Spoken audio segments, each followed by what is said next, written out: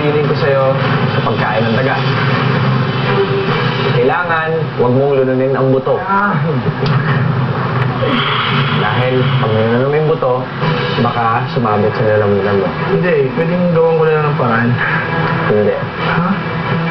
Ano nasa isip mo ngayon? Hindi so. Kailangan pakita mo sa akin na niluwa mo yung buto.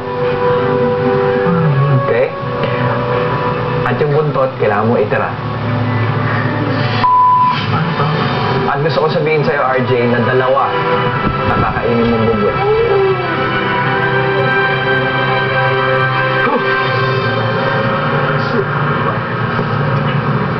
Kaya mo, RJ? Gawin natin yan. Kaya mo ba yan? Kaya. Para sa pag-uwi mo sa Tondo, 2 milyong piso ang bitbit mo at susi ng bago niyong bahay. Okay. Para sa mga anak mo, kakayanin mo. Kayanin ko to. Okay, RJ? Magsisimula ng iyong hamon. 3, 2, 1. Bob! Gusto mo na? Ano ba? Zero.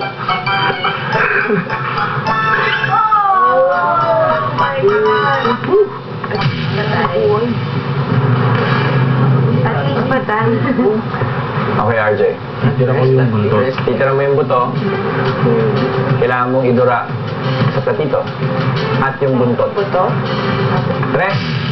2, 1. Vamos, RJ.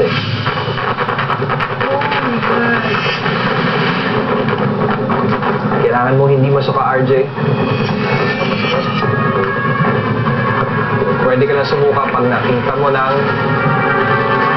Pwede ka lang sumuka pag napakita mo na sa akin na ubos ang laman ng iyong bibig.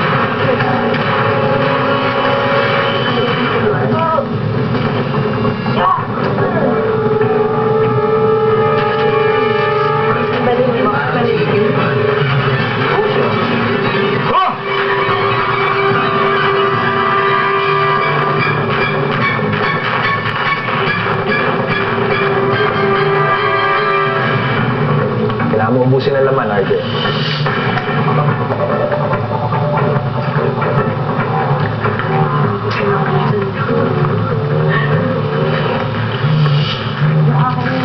Gusto nila mabuhay. Pero natitira yung mga...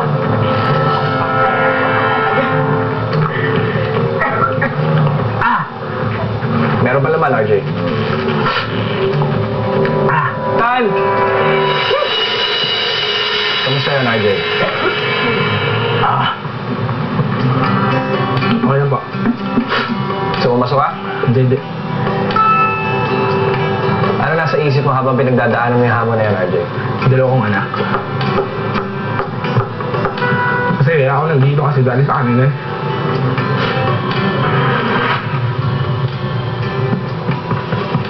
Nung masuka-suka ka na, ano yung pumigil doon? Yun nga po.